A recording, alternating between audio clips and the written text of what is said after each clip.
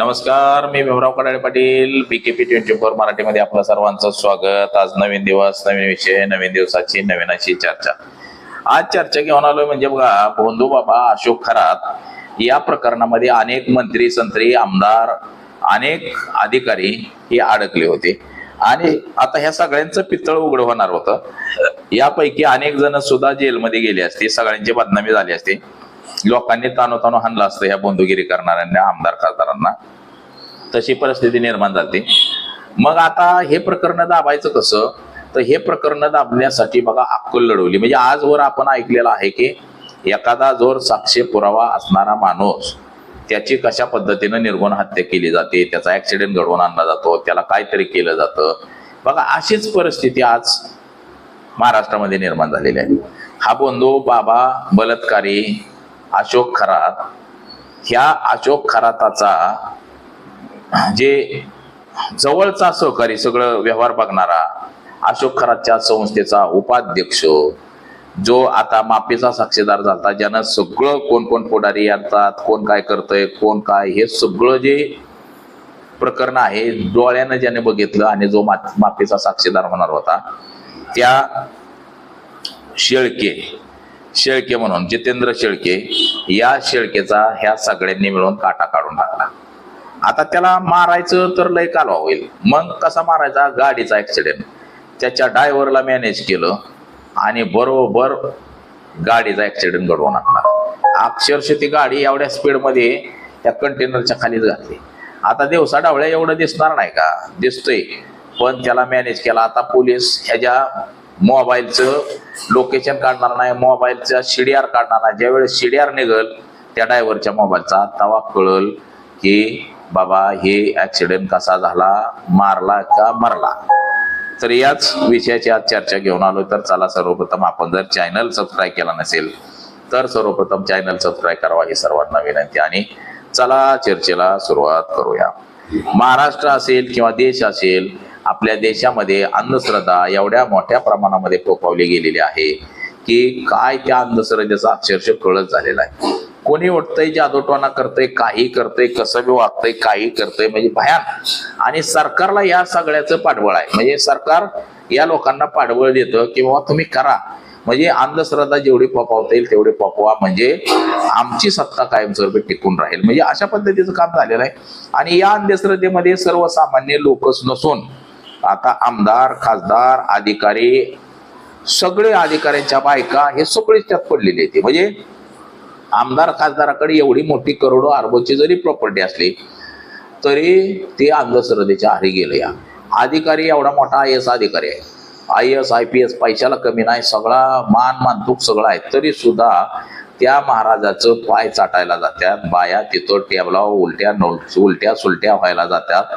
त्या महाराजानं, अशोक खरातानं कशा कशा पाया घेतल्या, आपण त्या टेबलावचं सगळं कार्यक्रम बघितलेला आहेत. तर तिथं हे सगळ्या मोठ्या मोठ्या IAS IPS ऑफिसरच्या बायका जातात, पुरी जातात, आणि आमदार खासदारांच्या सुद्धा बायका तिथं जातात, पुरी जातात, आणि त्यांनी सुद्धा तोंड काळी करून घेतलेली दिसत आहेत तिथं जाऊन. तर अंधश्रद्धा किती पपवली त्याचं हे उत्तम उदाहरण आहे मित्रांनो.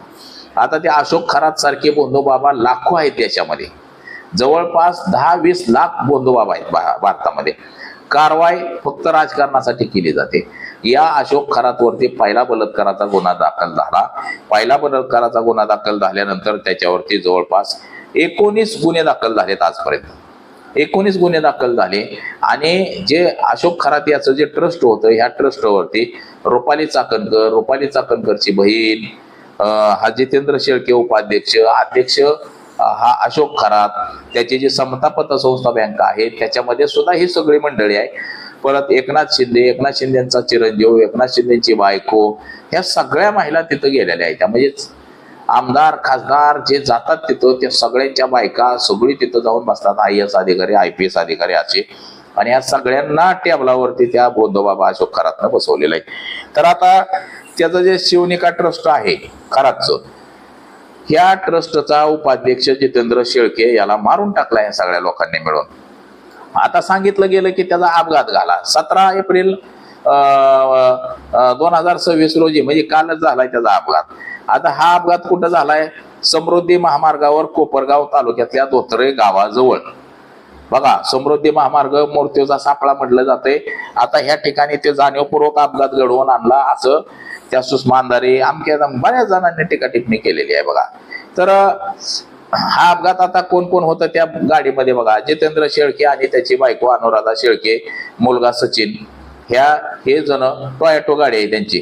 टोयोटो गाडीमधून छत्रपती म्हणजे जे आपण औरंगाबाद म्हणतो, छत्रपती संभाजीनगर वरनं शिर्डीला निघालेली होती आणि सिन्नर तालुक्यातल्या धोत्रे गावाजवळ रस्त्याच्या कडेला उभा असलेला जो कंटेनर होता, त्या कंटेनरला मागून अशी जोरात धडक दिली. तो गाडी अख्खी आतमध्ये शिरली त्याच्यामध्ये, त्या कंटेनरमध्ये. आपण त्याचे फोटो पाहिले असतील तरी आपण स्क्रीनवरती सुद्धा फोटो बघू शकता त्याचे.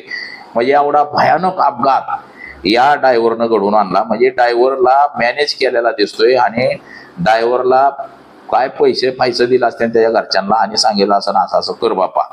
आणि म्हणजे एकदा का ह्यो जितेंद्र शेळके मेला म्हणजे काहीच राहणार नाही. हा माफीचा साक्षीदार झाला होता, ह्याला सगळी माहिती होती. परंतु आता हे सगळं प्रकरण दाबल्यातच जमा आहे. आता त्या जितेंद्र शेळक्याचा मुलगा सचिन हा फार गंभीर जखमी आहे. तो जर वाचला तर तो सांगन बाबा कसा अपघात झाला, काय झालं बघा. हे आता अपघातानंतर बघा लय मोठ्याने आवाज झाला. धोत्रे गावचे सरपंच प्रदीप चव्हाण असतील, तिथले ग्रामस्थ असतील, हे सगळे जण धावले. कंटेनर मधनं ती गाडी ओढून काढण्यासाठी प्रयत्न केला. एकाने पोलिसाला फोन केला, कोणी कशाला केला. आता मागच्या सीटवर अडकलेल्या मुलाला बाहेर काढले लोकांनी, पण पुढच्या सीटवरती जे हे दोघं नवरा बायको बसलेले होते हे बसले अडकून त्याच्यामध्ये आतमध्ये. आता पुढच्या सीटवर आता त्याची जी बायको होती चव्हाणाची, हे मात्र मोठ्या मोठ्याने ओरडत होती की मदत करा मदत करा मदत करा. आता त्यानंतर बाबा 2 वाजता क्रेन आल्यावर म्हणजे जवळपास 2 तासांनी मृत्यूदेह बाहेर पडले. म्हणजे 2 तासांनी मदत मिळली. म्हणजे ते जर गाडी लगेली काढली असते, दवाखान्यात नेली असती तर सगळी वाचली असती. पण असं झालं नाही. त्यांना 2 तास त्या कंटेनर खाली ठेवलं, म्हणजे मदत सुद्धा मिळवून दिली नाही त्यांना. आणि मदत नाही मिळाल्यामुळे हे सगळे मरून गेले. आता ह्या बऱ्याच जमिनीचा घोटाळा असेल, ह्या महाराजांना उद्योग जे काय काय केले, ह्या सगळ्यांमधला हा मेन साक्षीदार होता. म्हणजे खरातला अटक झाल्यापासून हा जो शेळके आहे हा चांगला तणावामध्ये होता आणि त्याला बी अटक होईल असं वाटत होतं. परंतु पोलिसांनी त्याला माफीचा साक्षीदार करायचं ठरवलं होतं आणि तो सगळं सांगन म्हणून त्याला मारून टाकला. आता रोहित पवारांनी सुद्धा ह्या सगळ्या प्रकरणावरती आरोप केलाय की आणि सुषमा अंधारेंनी सुद्धा आरोप केलाय की ह्याला मारून टाकलेला आहे असा. आता शेळके याच्या लॉन्स मध्ये खरातची भागीदारी आहे. ईडीच्या तपासात ते सगळं समोर आलेलं आहे. आता ह्या प्रकरणामध्ये अनेक दिग्गज नेते आहेत, म्हणजे आमदार खासदार मंत्री, म्हणूनच ह्याचा कार्यक्रम दिवसाढवळ्या करून टाकलेला आहे. आता सुरुवातीला पोलिसांना वाटलं की बाबा हा रस्त्याचा अपघात आहे, परंतु आता हा अपघात नसून हा घातपात आहे असं आता हे सगळं पुढे यायला लागलेलं आहे. ते खरं सुद्धा आहे बघा. त्याला अशोक खरातला अटक केलेली आहे. अशोक खरातनं काय काय उद्योग केलेला आहे, अशोक खरातनं कुठं जागा जमीन काय काय घेतलंय ह्याचा सगळा साक्षीदार हो जितेंद्र शेळके आहे. सगळ्या प्रकरणात अक्षरशः टेबलवर बसवण्यापासून टेबलवरनं खाली घेण्यापर्यंत हा जितेंद्र शेळके हा साक्षीदार आहे सगळ्या गोष्टीमध्ये. त्या महाराजानं कुठं कुठं जादूटोना केलाय, काय काय केलंय, हे सगळ्या प्रकरणामध्ये हा जितेंद्र शेळके साक्षीदार आहे. आणि म्हणून ह्या सगळ्या राजकारणी लोकांनी आपली नावं पुढे येऊ नये.